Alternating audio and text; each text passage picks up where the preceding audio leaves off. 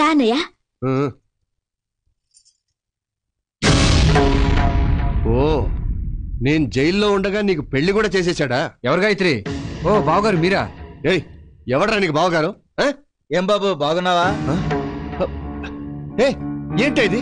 Labour వాళ్ళంతా తీసుకొచ్చి ఇంట్లో పెట్టారు. అన్నయ్య, మాటలు మర్యాదగా రాని. ఆయన మా ఆయన, వాళ్ళు మా అత్త మావలు. వాట్? వీడు నీ మొగుడు, వాళ్ళు నీ అత్త మావలు? అవును.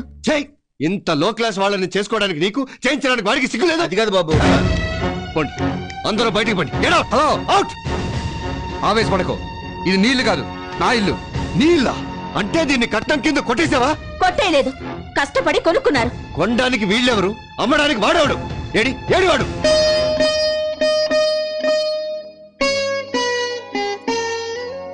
ఎన్నాళ్ళైందండి మిమ్మల్ని ఇలా సంతోషంగా ఉండడం చూసి. అవును భాగ్యం, ఇన్నేళ్ల మన సంసార జీవితంలో ఇవ్వాళే రేపటి గురించి భయపడకుండా 2 ముద్దలు తినాలనిపిస్తోంది. మీ నాన్నగారికి ఇల్లు అమ్మేశారని తెలిస్తే?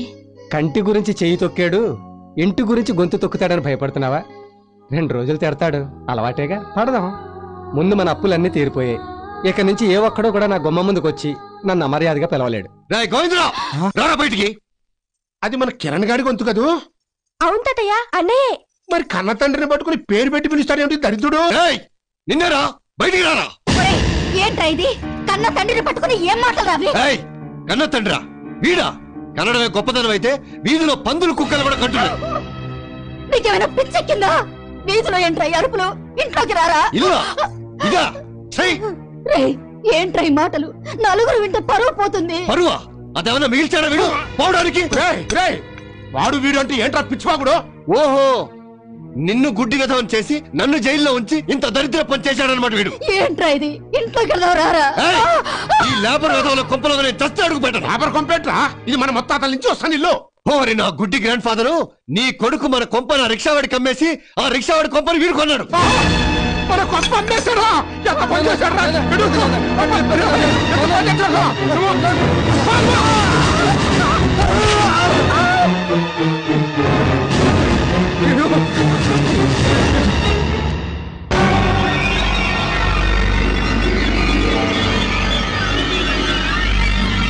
అమ్మో అమ్మో, చెత్త కొరక ఇల్లు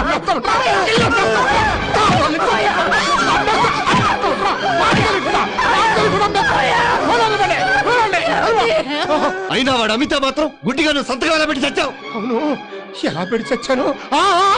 ఆసుపత్రిలో ఆపరేషన్ కోసమని అమ్మ నా కొరక గుడ్డోని చేసి అంటే అటు కన్న తండ్రిని ఇటు కన్న కొడుకుని కూడా మోసం చేస్తారా? మోసం కాదురా, వేరే దారి లేక. అసలు దాన్ని అమ్మే హక్కు నీకు ఎవరిచ్చాడు? అది తాత ముత్తాతల నుంచి వస్తున్న ఇల్లు. దాన్ని అనుభవించే అధికారం నీకు ఉందే గాని మా అనుమతి లేకుండా అమ్మేసే అధికారం నీకు లేదు. ఒకవేళ నా సంతకం లేకుండా రిజిస్ట్రేషన్ చేసినా అది చెల్లదు. చెల్లనివ్వను. తాతయ్య, మన ఇల్లుని ఎలా దక్కించుకోవాలో నాకు బాగా తెలుసు. నాతోరా.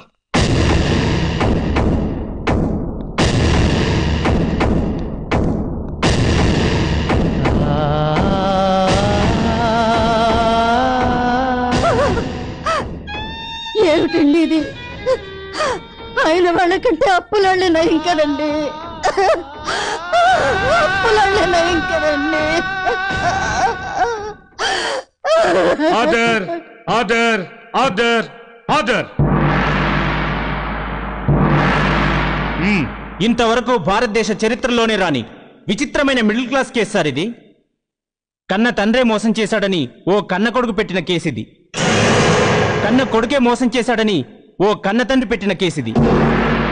ఇందులో విశేషం ఏంటంటే ఆ కన్న తండ్రి ఆ కన్న కొడుకు ఒకడే అవడం. చట్టరీత్యా తాతల కాలం నుంచి వస్తున్న ఆ ఇంటిని అటు తండ్రి అనుమతి లేకుండా ఇటు కొడుకు అనుమతి లేకుండా అమ్మడం తప్పు. ఒప్పుకుంటాను సార్, కానీ ఈ ఒక్క తప్పే నేను న్యాయంగా చేశాను.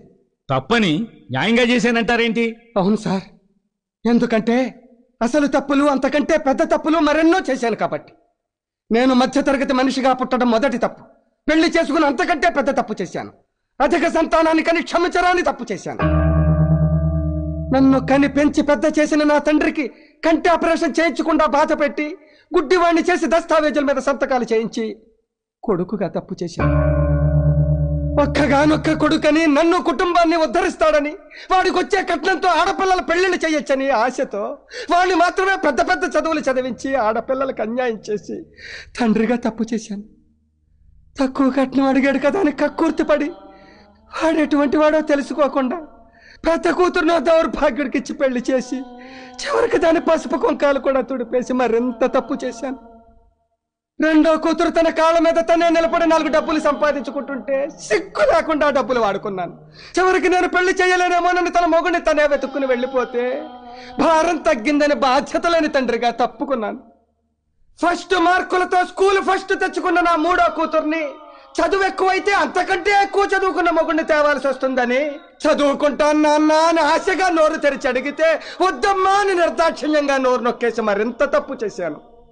కొడుకుగా తండ్రిగానే కాదు చివరికి అన్నగా కూడా చెల్లెల్ని పట్టించుకోలేదు. తను తప్పు చేస్తే అడ్డుకోక మౌనంగా ఉండి తప్పు చేశాను. ఎన్ని భయంకరమైన తప్పులు చేశాను సార్. నేనే కాదు మధ్యతరగతి కుటుంబంలో పుట్టిన ప్రతి వాడు ఈ తప్పులే చేస్తున్నాడు. ఎందుకంటే బుర్ర నిండా ఆశలు, ఇంటి నిండా కష్టాలు, పెరిగిన ధరలు, తరగని బాధలు, పాలవాడికి, నీళ్లవాడికి, రెంటుకి, కరెంటుకి, రేషన్కి, మందులకి, కూరలకి, కూతుళ్ళకి, అల్లుళ్ళకి, కొడుకులకి, చదువులకి, పండగలకి, పబ్బాలకి, శుభాలకి, అశుభాలకి, అన్నిటికీ ఖర్చు ఖర్చు ఖర్చు. తెల్లవారితే సమస్య, నోరు విప్పితే డబ్బు, అడుగు వేస్తే అప్పు. అన్నిటికీ సాకు 1వ తారీఖు. అది సర్వరోగ నివారిణి. 1వ తారీఖు అని 30 రోజులు ఎదురు చూస్తాను సార్. చివరికి అది ఇలా వచ్చి అలా వెళ్ళిపోతుంది. వరద బాధితులు ఆదుకోవడానికి హెలికాప్టర్ వచ్చి వెళ్ళిపోయినట్టు. 1వ తరగతి వాడికి 2వ తరగతి, 2వ తరగతి వాడికి 3వ తరగతి, ఇలా అన్ని తరగతుల వాళ్ళకి ఎదుగుదల ఉంటుంది. ఒక్క మధ్య తరగతి వాడికి మాత్రం ఎదుగుదల ఉండదు సార్. ఒక్కడు రెక్కలు ముక్కలు చేసుకుని సంపాదిస్తుంటే 10 మంది అడ్డగాడిలా కూర్చుని తినే దౌర్భాగ్య సాంప్రదాయం మారినంత వరకు మా మధ్య తరగతి కుటుంబాల కథ ఇంతే సార్. నా కష్టాలు ఏ దేవుడు తీర్చడు కాబట్టి, నా తండ్రి కొడుకుల సమస్యలు నావిగా భావించాను కాబట్టి ఆ ఇల్లు కూడా నాది అనుకునే గత్యంతరం లేక అమ్మేశాను సార్. ఆ వచ్చిన డబ్బులో 1 రూపాయి కూడా నేను వాడుకోలేదు. 5,000 పెట్టి రిక్షా మాత్రం కొన్నాను సార్. అది ఎందుకో తెలుసా? ఇప్పుడు కొన్నా గుడిసైనా అమ్ముకోకుండా ఉండాలనే ఆశతో. అదే తప్పైతే ఈ అల్పజీవిని, ఈ అసమర్థుని తప్పకుండా శిక్షించండి సార్. మీరెంత పెద్ద శిక్ష వేసినా 50 ఏళ్ల మధ్య తరగతి మనిషిగా నేను అనుభవించిన శిక్ష కంటే అది చిన్నదే అవుతుంది. కాబట్టి ఆనందంగా అనుభవిస్తాను. కాకపోతే ఒక్క కోరిక సార్, నాతో పాటు ఆ శిక్ష నా భార్యకు కూడా వెయ్యండి.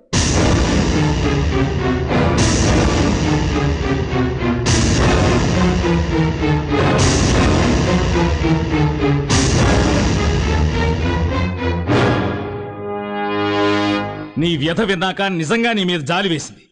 కానీ నీ కోరిక విన్న తర్వాత నీ మీద అసహ్యం వేస్తుంది. I'm sorry sir. Please sir, దయచేసి ఒక్క కోరిక కాదనకండి సార్. నేను మాత్రమే జైలుకెడితే నా భార్య దిక్కులేందైపోతుంది సార్. దాన్ని ఎవరూ పట్టించుకోరు. ఇన్నేళ్ల సంసార జీవితంలో ఆ పిచ్చిది 1 పూట కూడా కడుపు నిండా అన్నం తినలేదు సార్. జైల్లో అయితే ఉండడానికి చోటిచ్చి 2 పూటలైతే అన్నం పెడతారు సార్. దాని మెళ్ళలో నేను 3 ముళ్ళు వేసినప్పుడు కష్ట సుఖాల్లో జీవితాంతం తోడుగా ఉంటానని అగ్ని సాక్షిగా ప్రమాణం చేశాను. కానీ ఇన్నాళ్ళు నా కష్టాలన్నిటికీ అది తోడుగా ఉంది సార్. ఇప్పుడు ఇన్నాళ్ళకి ఈ వయసులో నాకు సుఖపడే అదృష్టం పట్టింది. ఈ కాస్త అదృష్టాన్ని దాంతో కలిసి పంచుకునేవాడు సార్. ప్లీజ్ సార్, ప్లీజ్ మమ్మల్ని శిక్షించండి సార్, మమ్మల్ని శిక్షించండి సార్. తప్పకుండా శిక్షిస్తాను. నిన్నే కాదు, నీ మధ్యతరగతి కుటుంబం మొత్తాన్ని శిక్షిస్తాను. మిస్టర్ జీకే, ఇన్నాళ్ళు నువ్వు కార్లలో తిరగాలని, ఫ్లైట్లలో ఎగరాలని, ఫారెన్లో బతకాలని బాధ్యతల్ని మర్చిపోయి ఆ కుటుంబానికి భారం అయ్యావు. అందుకే నీకు ఉద్యోగం వచ్చే వరకు మీ నాన్నగారు కొన్న రిక్షా నువ్వు తొక్కాలి. 1 పూట తొక్కకపోయినా నీకు యావజ్జీవ కారాగార శిక్ష పడుతుంది. చూడండి ఆంజనేయులు గారు, ఇంట్లో కూర్చుని తింటే వచ్చేది పెద్దరికం కాదు, పేదరికం. కష్టాల్లో కూరుకుపోయిన కొడుకును ఊరడించాల్సింది పోయి నాకంట ఆపరేషన్ నాళ్ళు పీక్కు తిన్నారు. ఇప్పుడు మీకు కళ్ళొచ్చాయి. ఇక సొల్లు కబుర్లు సాధించడాలు మాని మీ ఒంట్లో ఓపికొన్నంత వరకు బుట్టలలో చుట్టలు చుట్టో ఆ కుటుంబానికి సాయం చేయండి. కాదంటే జైలు శిక్ష పడుతుంది. ఏమా శ్రీకన్య, అవతల వాళ్ళ కష్టం మీద బతుకుతూ నీ ఒంటి సుఖం చూసుకున్నావు గాని కనీసం కన్న కొడుకు కోసమైనా కష్టపడాలనిపించలేదా నీకు? అందుకే ఈ రోజు నుంచి ఆ అన్నగారి మీద ఆధారపడకుండా నీ తిండికి నీ బిడ్డను చదివించడానికి కూరగాయలమ్ము. అమ్మా పార్వతి, నీకు కూడా శిక్ష వేస్తున్నాను. నీలాంటి ర్యాంక్ స్టూడెంట్స్ ఈ దేశానికి చాలా అవసరం. కాబట్టి నువ్వు కాలేజీకి వెళ్ళి బాగా చదువుకో. నీ చదువు కావలసిన డబ్బు వీళ్ళంతా ఖర్చు పెడతారు. మీ భార్యాభర్తలిద్దరికీ కలిపి శిక్ష వేస్తున్నాను. ఇన్నాళ్ళు ఒంటెద్దు బండి లాంటి సంసారాన్ని లాగి లాగి అలసిపోయారు. ఇక మీ కుటుంబం గురించి బాధపడకుండా మీకొచ్చే పెన్షన్ డబ్బుతో హాయిగా రెస్ట్ తీసుకోండి.